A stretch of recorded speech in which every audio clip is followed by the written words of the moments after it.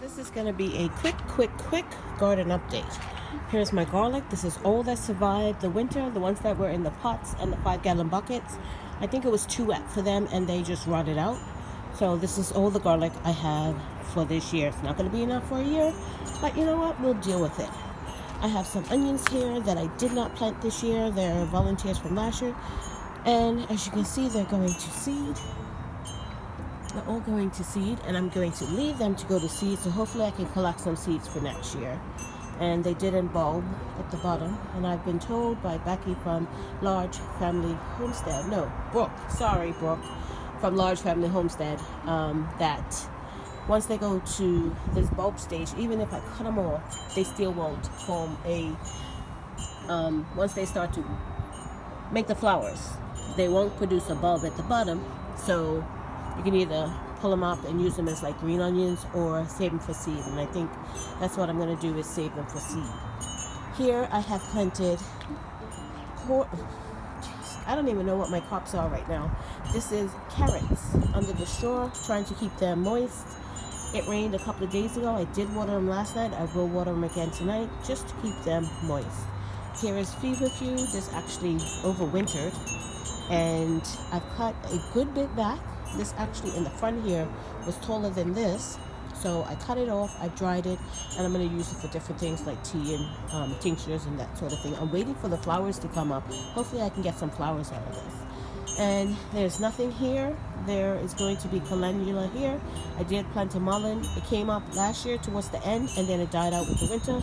So I'm leaving the space open just in case it comes back. If it doesn't, it doesn't. We had a really warm spell back in February, and then we got a really cold snap. So I think possibly my elderberries are dead. They were starting to come up, they were starting to green, they were starting to bud out, and then yeah, we got a frost after that process, and now they look like they're died back completely. But I'm going to leave them, let them be for a little bit. If they don't come back, I'm going to have to get some new ones, because I do get enough berries off of them to where I can make a small batch of elderberry syrup every year, but this year might not be the case. I've got some marigolds growing in there voluntarily. I didn't plant them there. I only know the marigolds because I put the picture app on it, and that's what they said they were, so we'll see. This is okra. And then I've got over here some sweet peppers.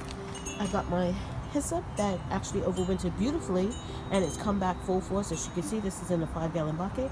Here I have some sorrel. Here is mullein again, just in case that one in the garden does not come back. And here is bee balm. I've never had any luck with these three, so putting them in buckets, I don't know. That's the way I did them.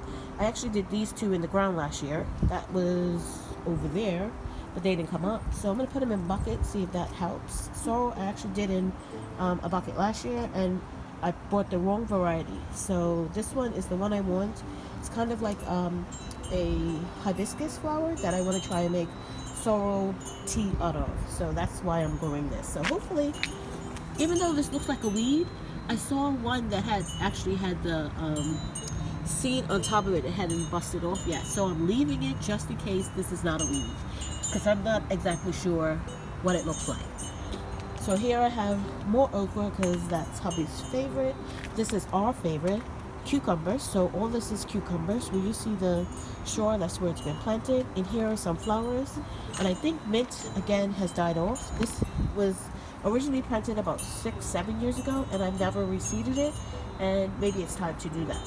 So over in my other area, so this is my fruits. So I've got strawberries. Again, the strawberries did not do well. The green you're seeing is actually ones I bought from actually the farmer's market. And the ones, I left them in there, are the ones that I had in here probably, I want to say they're about 6 or 7 years old. So maybe it was time for them to go. So we'll see. I'll leave them in there, and if they don't come back, then I will. So my fruit trees, most of them are budding out already.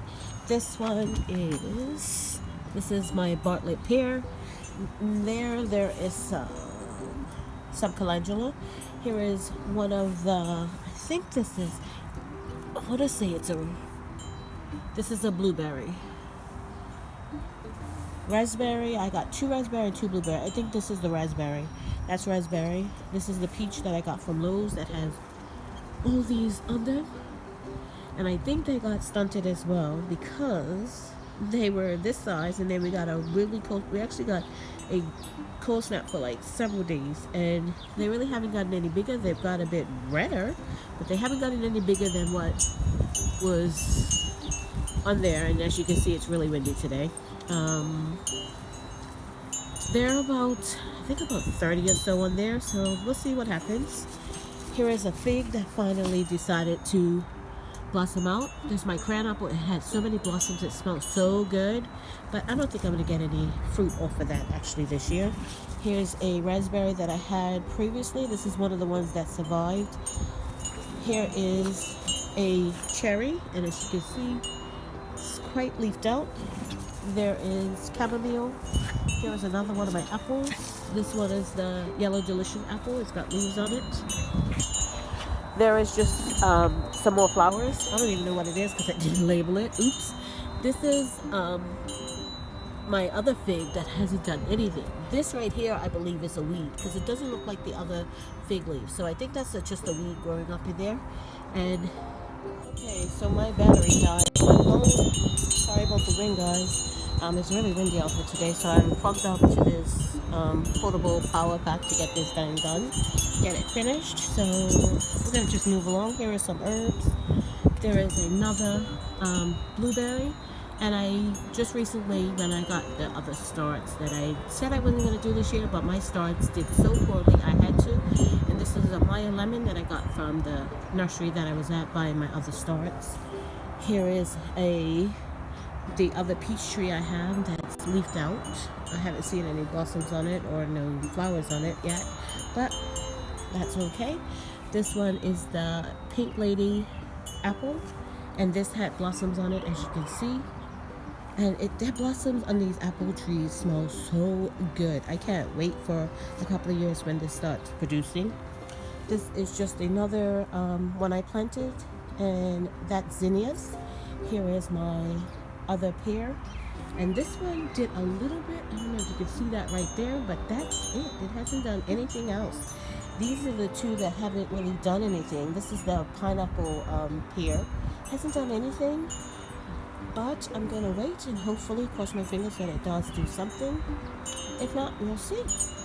Here is the other raspberry tree that I've had for years now, and I don't know if you can see down here, something is eating away at it, and I've tried to look it up, and I've got 2 definitive answers. One from Urban Homestead. They actually sprayed Nemo on their cabbage, and I wasn't sure if I could do that on these raspberries, but Brooke from over at Large Family Homestead, she was actually pruning I think it was a blueberry tree, and I asked her about the raspberries, and she also said to use neem oil. So I'm actually going to Home Depot to get some neem oil because I don't have any, and I'm going to try and treat this because it's eating all the lower leaves.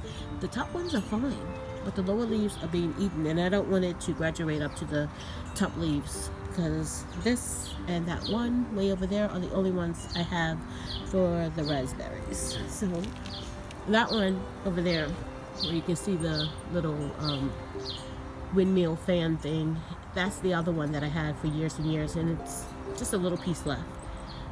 Here is the fig. This is one of the other figs. I have 3 figs in total. This is the best leafed out one. There's the other flowers. This was a blueberry that died off probably last year, if not the year before, and I just left it in here. And this is actually a mulberry tree that's growing on the side of it. And this is actually an oak tree that's growing in there. But what I'm going to do is take the blueberry out because I'm sure that's dead. And I'm going to plant the mulberry tree right in the center of this. This is actually a volunteer from my neighbor's yard.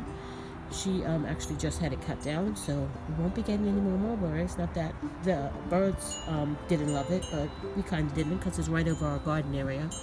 This is our cherry tree. I think this is the Rainier cherry. No, this is the compact stella. So the Rainier is over there. So this is the last apple tree we have, and this one is the Granny Smith apple tree. So that's our little mini orchard, as I call it. Just blueberries, raspberries, and all the things I got from Iceland's nursery. So over here, this year, I decided to do lettuce out in the front here so it's easily accessible. So I've got 2 big tubs of lettuce, and these are the concrete mixing pans that Lead Farmer 73 used for his lettuce. So I'm trying that out this year because I wanted to expand the garden a little bit this year, so that's what I'm doing. In here is all cabbage. These are starts from the nursery. I wish my starts did work, but they didn't. So, and it's like 46 degrees right now. It's freezing out here. It's so cold. My nose is running. But anyway, I have red cabbage and green cabbage in there, so we'll see. That's planted out. This is tomatoes. Right in front here is 2 rows of tomato seeds that I put in that didn't actually take off or germinate for me, and we'll see. I'll see in probably about 2 weeks or so. If they do germinate and they come up with tomatoes, then great. If not, I'll plant something else in there. These are tomatoes that I got from my nursery. Actually, these came from the farmer's market. That's where these came from. So they are big beefsteak. This is corn. This is something actually that I germinated, which is shocking. Because like I said, a lot of my seeds this year did not germinate. And then I've got Cinderella pumpkin planted beside them that I just put in the seeds. So we'll see if these come up. And then I've got amaranth here. And I'll show you these kind of wet. You can see it. But I'll put it at the end. I did a clip of showing me how I plant my amaranth and watered it in. This right here is kale. This is spinach. I just wet it. As you can see, it's a lot darker than the rest because I just put down some more spinach. I harvested my spinach, and I'll show you my harvest at the end here. And it started to go to seed. I don't know if you can see that, but yeah, it's going to seed. So I replanted some more, and those that go to seed, I just let them fall to the ground and we'll use them.